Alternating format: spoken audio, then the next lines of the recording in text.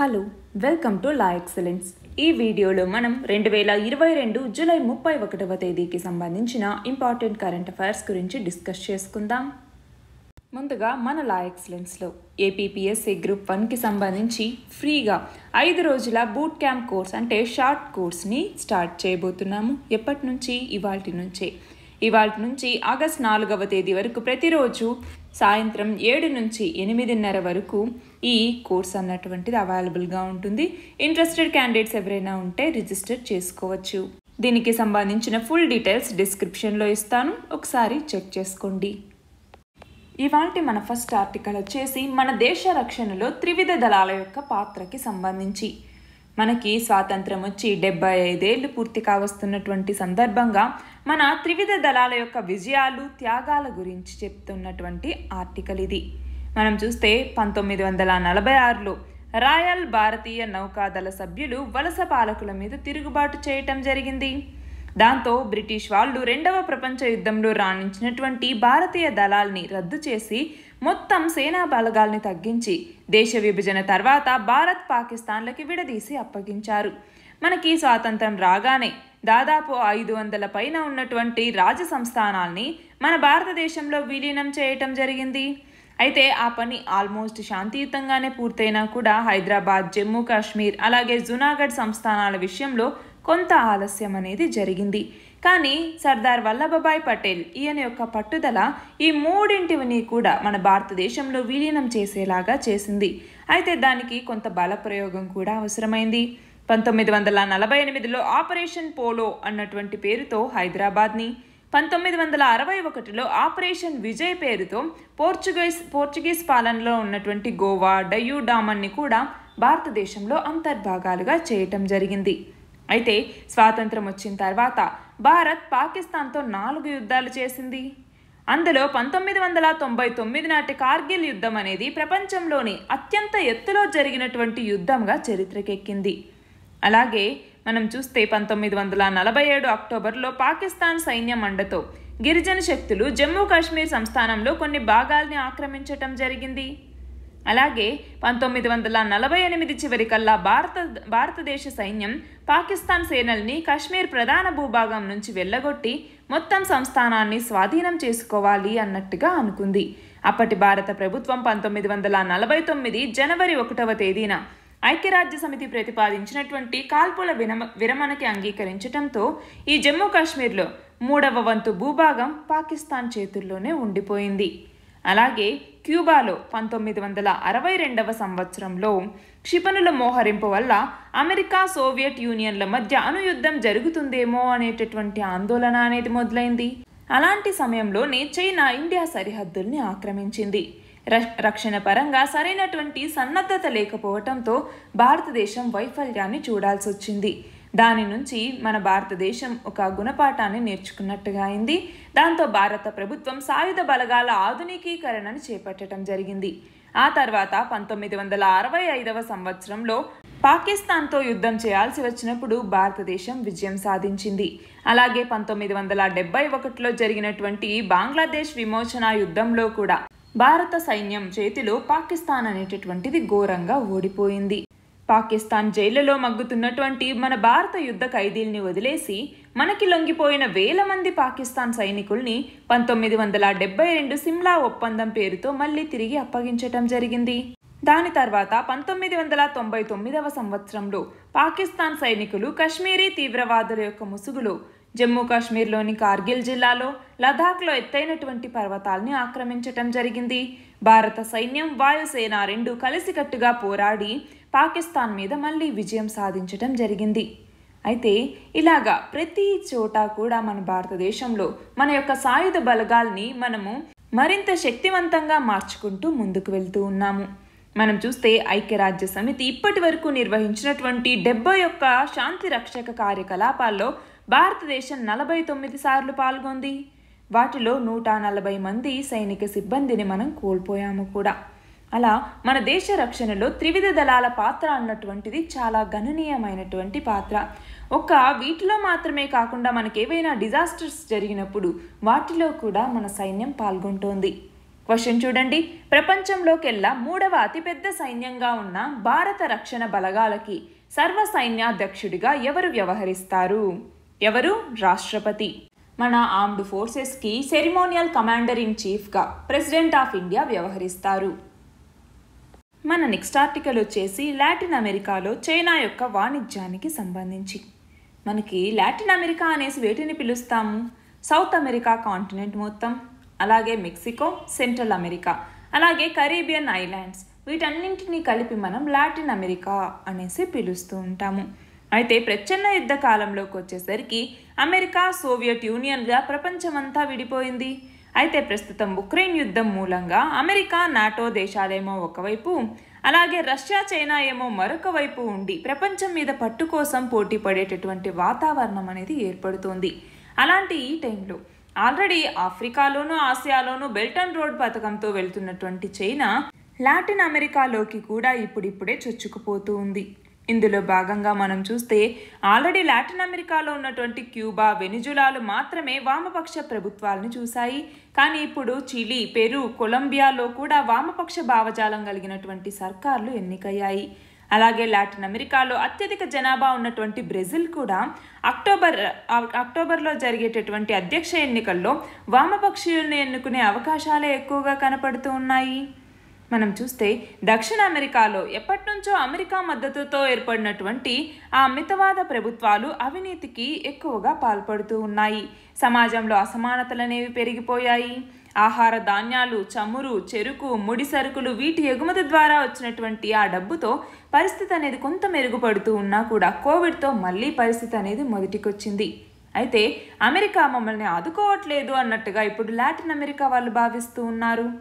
అలాగా ఇప్పుడు ఏంటి, ఇలాంటి ఒక సందర్భంలో చైనా అక్కడికి వెళ్ళేసి మేము మిమ్మల్ని ఆదుకుంటాము అన్నట్టుగా అక్కడ కొన్ని డెవలప్మెంటల్ ప్రాజెక్ట్స్ అనేవి కట్టడం కానీ, వాళ్ళకి మనీ అనేది ఇవ్వటం కానీ ఇలాగా తీసుకురావటం వల్ల ఏమవుతుంది, చైనా యొక్క ఇన్ఫ్లుయెన్స్ అనేది అక్కడ పెరుగుతూ వస్తుంది. మనం చూస్తే పెరు, చిలీ, కోస్టారికా వీటితో స్వేచ్ఛ వాణిజ్య ఒప్పందాలని చేసుకుని 21 లాటిన్ అమెరికా దేశాలు ఉంటే వాటన్నింటినీ కూడా బెల్ట్ అండ్ రోడ్ పథకంలో భాగస్వాముల్ని చేయటానికి చైనా చూస్తోంది. 2002లో చైనా, లాటిన్ అమెరికాల మధ్య దాదాపు $1800 కోట్ల మేర వాణిజ్యం జరిగింది. అది అంతకంతకు కూడా పెరుగుతూ వస్తోంది.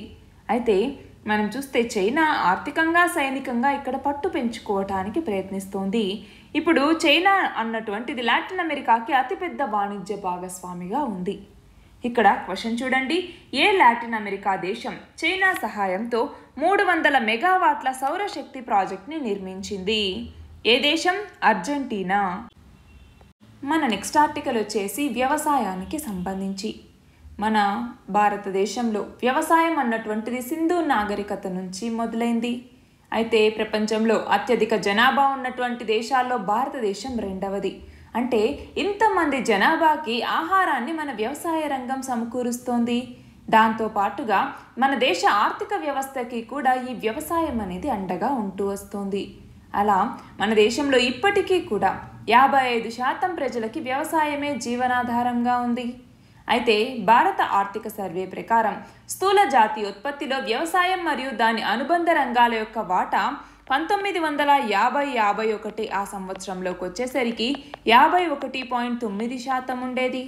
అది 2017-18కి వచ్చేసరికి దాదాపు 17-18% తగ్గిపోయింది.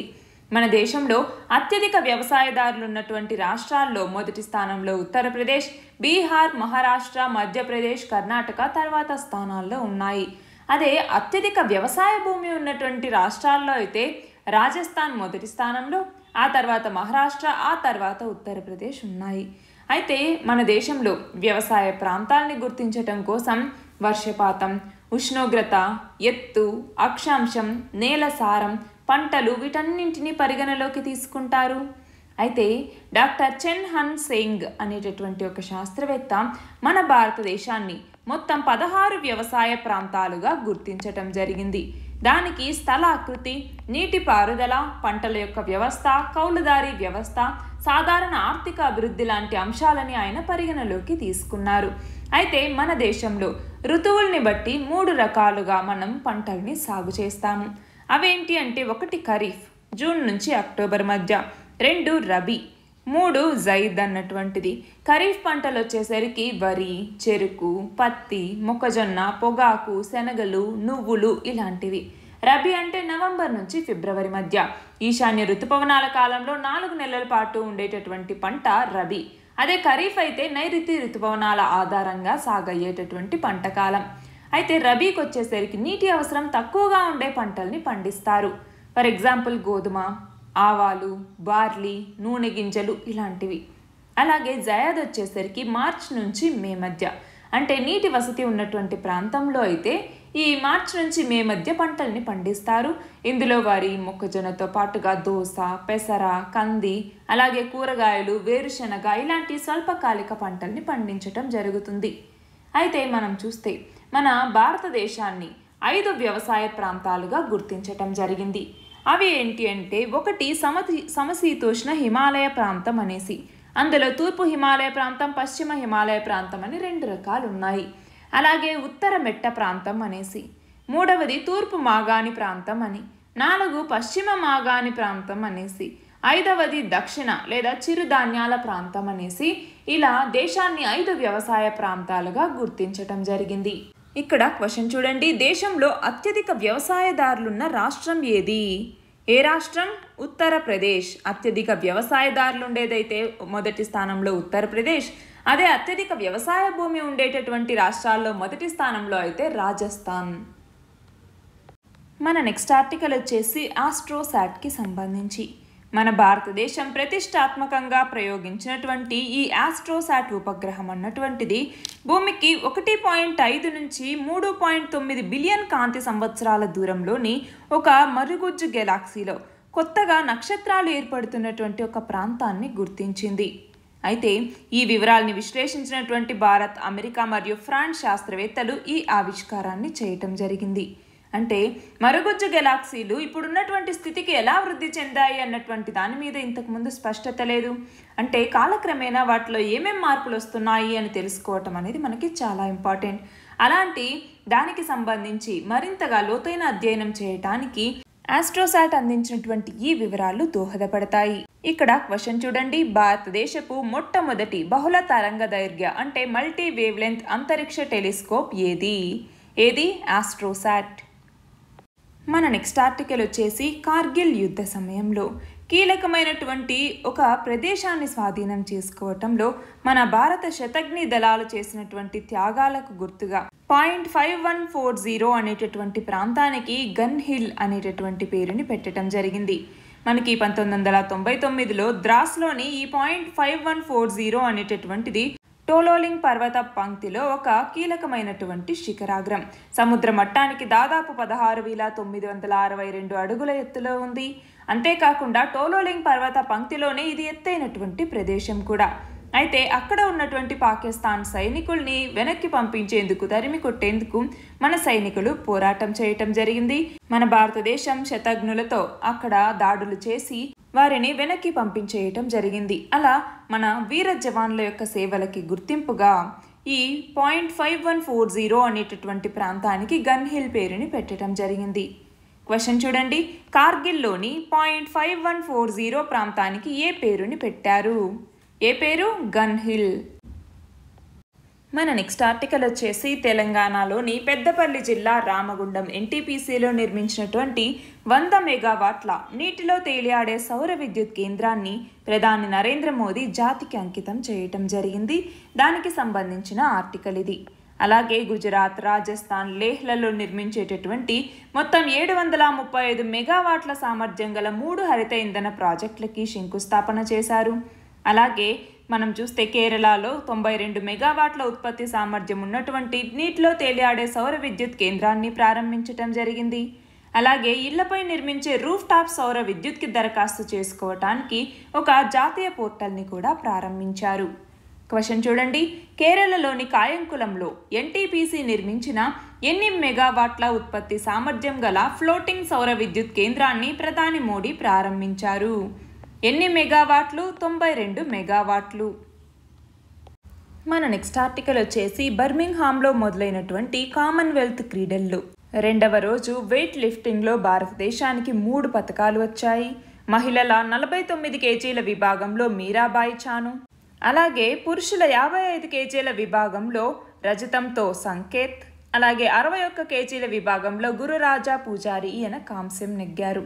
అలా మనం చూస్తే మొత్తం వెయిట్ లిఫ్టింగ్లోనే 3 పతకాలు భారతదేశానికి వచ్చాయి.